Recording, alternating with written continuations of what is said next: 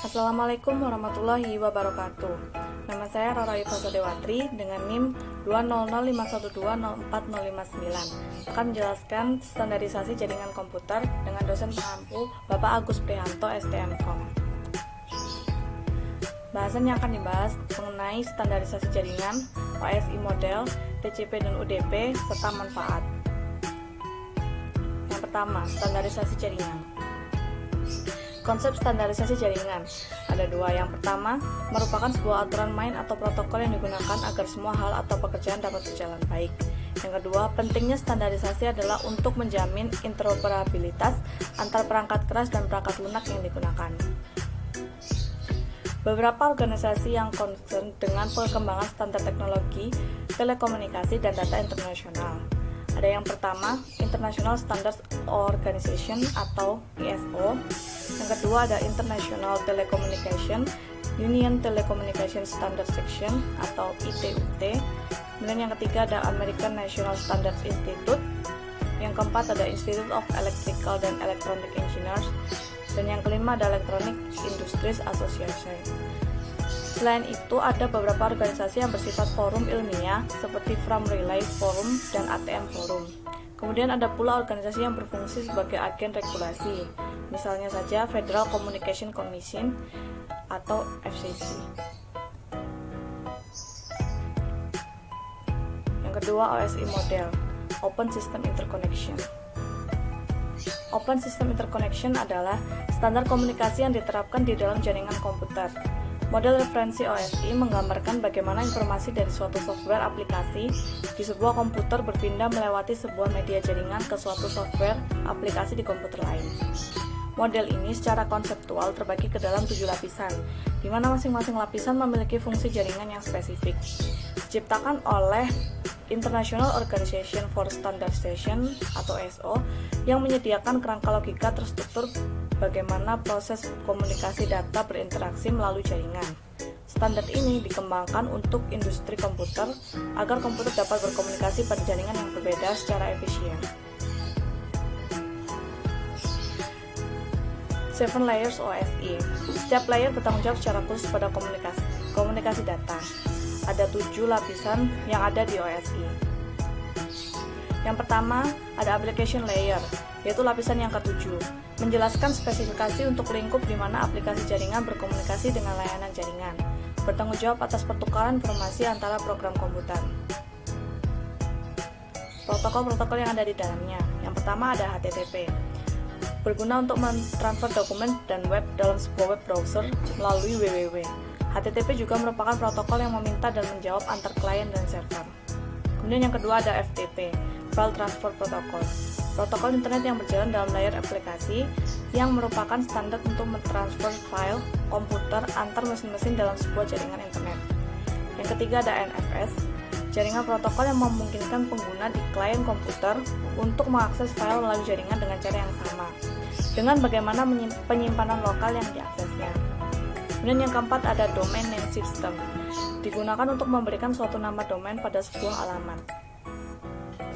Yang kelima ada Port 3, digunakan untuk mengambil mail dari suatu mail transfer agent yang akhirnya mail tersebut akan didownload ke dalam jaringan lokal. Yang keenam ada MIME, digunakan untuk mengirim file binary ke dalam bentuk teks.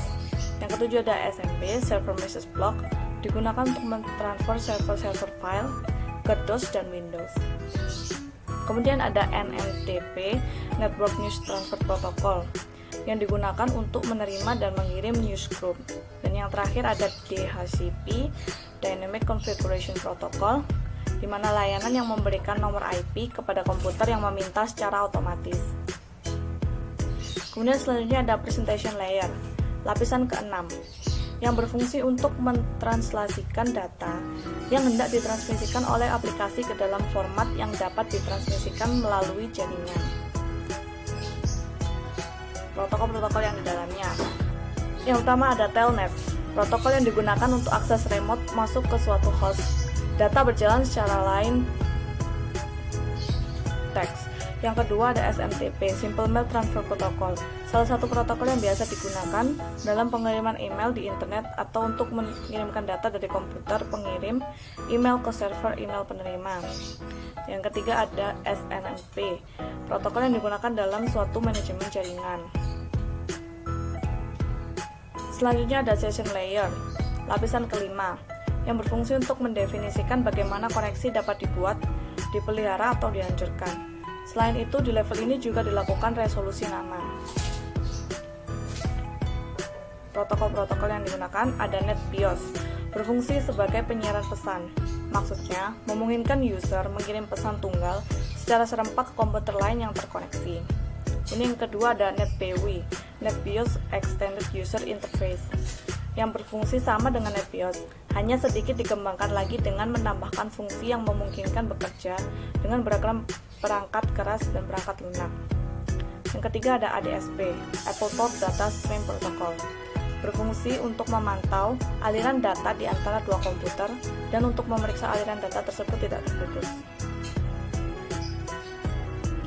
Kemudian ada PAP, Printer Access Protocol, berfungsi untuk akses pada jaringan Appletop dan untuk mengendalikan bagaimana pola komunikasi antar node. Dan yang terakhir ada SPDU, berfungsi mendukung hubungan antara dua session service user. Lapisan keempat, Transport Layer, berfungsi untuk memecah data ke dalam paket-paket data serta memberikan nomor urut ke paket-paket tersebut sehingga dapat disusun kembali pada sisi tujuan setelah diterima. Protokolnya ada TCP dan UDP. TCP ini protokol yang menyediakan layanan penuh lapisan transport untuk aplikasi. UDP, User Datagram Protocol, merupakan protokol connectionless dan process-to-process yang hanya menambahkan alamat port, checksum error control, dan panjang informasi data pada layer di atasnya. Lapisan ketiga, Network Layer, berfungsi untuk mendefinisikan alamat-alamat IP, membuat header untuk paket-paket, dan kemudian melakukan routing melalui internet networking dengan menggunakan router dan switch layer 3. Protokolnya ada IP, mekanisme transmisi yang digunakan untuk mentransportasikan data dalam paket yang disebut datagram. Ada ARP, digunakan untuk mengetahui elemen IP berdasarkan alamat fisik dari sebuah komputer. Kemudian ada RARP, protokol yang digunakan untuk mengetahui alamat fisik melalui IP komputer.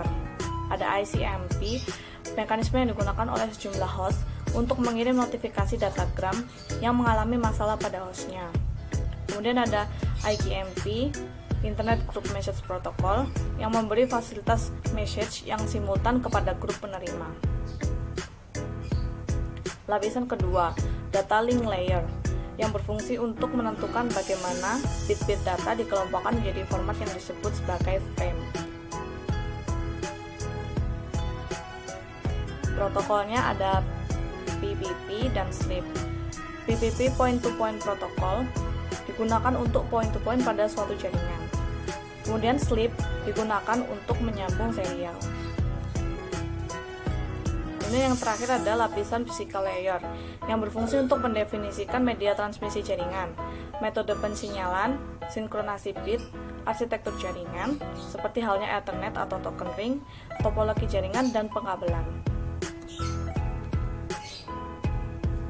Pada physical layer ini biasanya tidak mempunyai protokol yang spesifik dan bertanggung jawab atas proses data menjadi bit dan mentransfernya melalui media seperti kabel, dan menjaga koneksi fisik antar sistem. Pada layer ini hanya mengirimkan bit-bit data.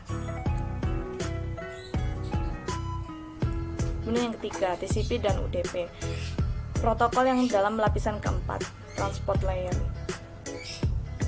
Ini gambar tentang penerimaan dari pengirim dan penerima dari TCP dan UDP, yang dimana TCP itu masih ada belok-beloknya, kemudian yang UDP tidak ada, hanya lurus dari sender ke receivernya. Meskipun sama-sama protokol, UDP dan TCP memiliki beberapa karakter yang berbeda. Yang pertama dari karakteristik operasionalnya.